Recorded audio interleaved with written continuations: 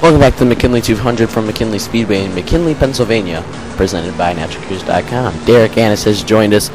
Sam Davids actually replaced him in Derek Annis' job because Derek really wanted to get back in the booth, and I don't blame him because it's really fun up here. Thank you, Jeff. It's always nice to be back. Cars looking to take the restart. Here is Grant Jacobs. Leads with 33 of 60 complete. Bruce Wilkinson behind him. As you can tell on the inside with those lap cars, Herb Cilantro really wants to pass Wendy Fisher because he wants to be back in this race. He wants to be back in the lead lap. Herb Cilantro's had a really, I would say, a good car so far in this McKinley 200. He just hasn't had the luck to get through all these wrecks that have happened, even though we've only had maybe 3 or 4 of them. On board Grant Jacobs as he takes the front straightaway trying to pass the lap car Wendy Fisher.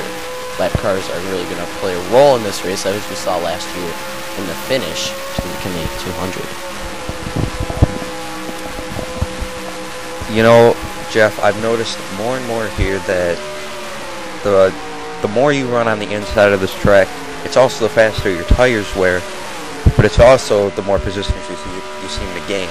So the inside line, when there's lap cars down there, you don't really, you kind of can't go anywhere. So I don't know what you know, Grant Jacobs is gonna do because he's got all those people behind him. You know, if they force a 3-wide situation in here, you know, it could get ugly. You never know. True that, as Jen Smith is actually creeping up on Jacobs' back bumper in these last few laps. Actually, her teammate Herb Cilantro has got in front of her a few times, and I'm not sure she's happy about that.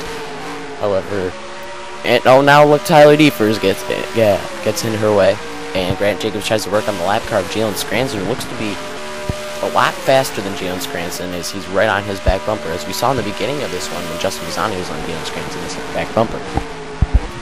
You know, we only have 20 laps to go, and if Grant Jacobs can get by Jalen Scranton and get into some of that clean air, he is going to start flying around this track, and by the time all the other cars get by those lap cars, he's going to be long gone. So if Grant Jacobs can just, you know, keep his nose out in clean air, if he can, you know, if he can hit his marks consistently around this track, Scranton almost cuts him off there.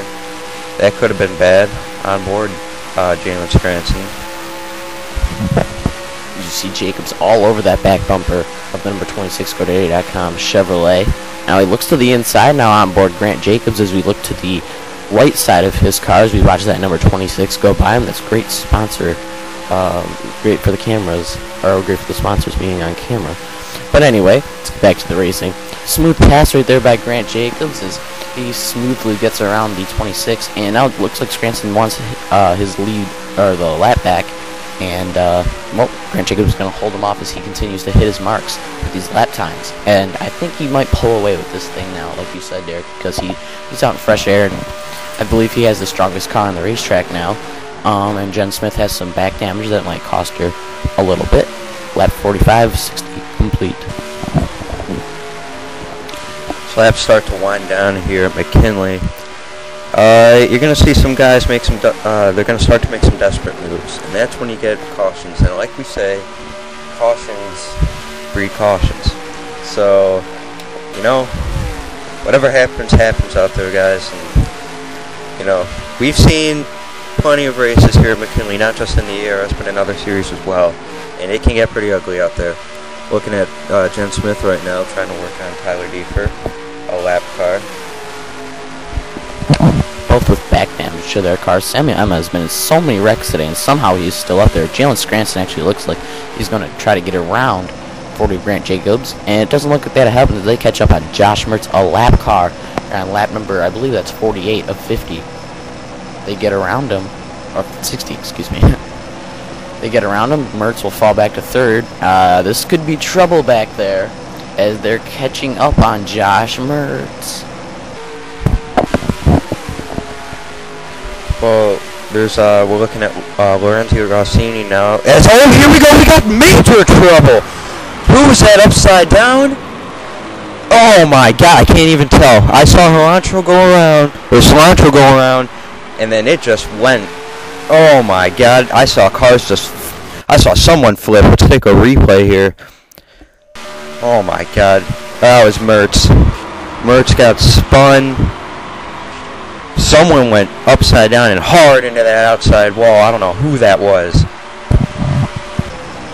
See another look at this. We had the crowd cheering. I don't know why they'd be cheering for Tyler Deefer going upside down, but okay, Tyler Deefer goes upside down. I sure hope he's okay. He took a hard hit into that outside wall. Josh Mertz continues to go, all caused by him, however. Brian Wilson in the 6th. See what he did. Oh, Mertz collected him. Then it's hard to Jason Miller, and looks like he will keep on going. However, you know, Jason Miller, he even went sideways up on that wall for half a second there, but I mean, Tyler Deefer definitely got the worst of that incident. He got flipped and went hard into that outside wall. We'll hope he is okay.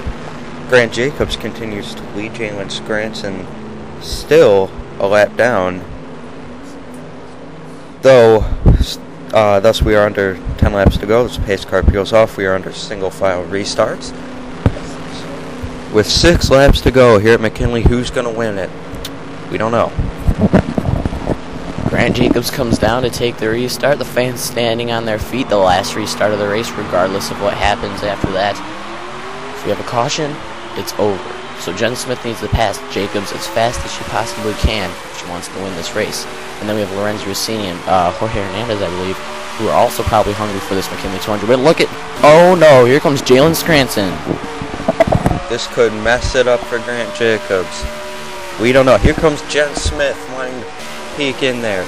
Here comes Lorenzo Rossini. Jorge Hernandez as well. We haven't seen these guys up there all day, and now they're finally up there. With 5 laps to go, and caution! We've got trouble on the track. Aaron Fisher has been turned, and this will end the race. That onboard shot you saw with Lorenzo Rossini was the race back to the line. Grant Jacobs has won the McKinley 200. Although you see Lorenzo Rossini in front right now. Bruce Wilkinson, great run for him. He finishes in the top 5. As Aaron Fisher spins into turn number 3. Let's get another replay of this. Well, you know, Grant Jacobs wanted to see that right there. Here we go from our helicopter cam. Someone got clipped back there, clipped another car, went down into Aaron Fisher. Just slid down. There's a 1-car incident, it looks like. And now here's the race back to the line. You saw it on board Lorenzo Rossini. Here it is from our camera angles. Look at that finish. About a car length ahead of Lorenzo Rossini. Grant Jacobs is going to win the McKinley 200. I guess you could call that an upset. Oh, yeah, well, I mean, yeah, you could. I don't know if the rest of the 4 laps would have played out what we would have saw, because anything can happen. But as we saw, Lorenzo Rossini was in there, Jorge Hernandez, Jen Smith. You know, something could have happened. There could have been some bumping and grinding, and they could have slid by. So, you know, you never know. Jacobs comes off in turn number 4, following the pace car. Grant Jacobs is going to win the 2nd annual McKinley 200, only the 2nd driver to win at this racetrack in the AARS. That's pretty cool. For Cilantro did it last year. And it looks like Lorenzo Rossini has a problem with Grant Jacobs. He's on his back bumper and shoves him out of the way. I don't know what that was all about.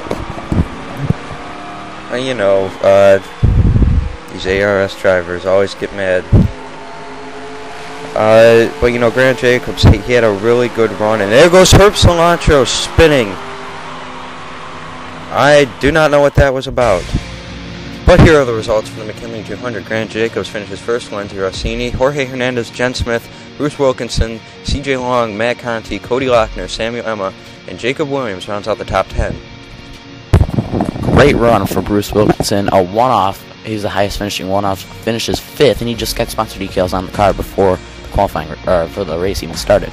Brian Wilson, another one-off, gets 11th. Jeff Gender, 12th. Brad Simmons, Aaron Fisher, Jalen Scranton. Great run for him, although he finished 15th. Wendy Fisher, Herb Cilantro, last year's winner, 8-time champion Fred Richter, 18th. Mary Mertz and Justin Banzo round out the top, number 20.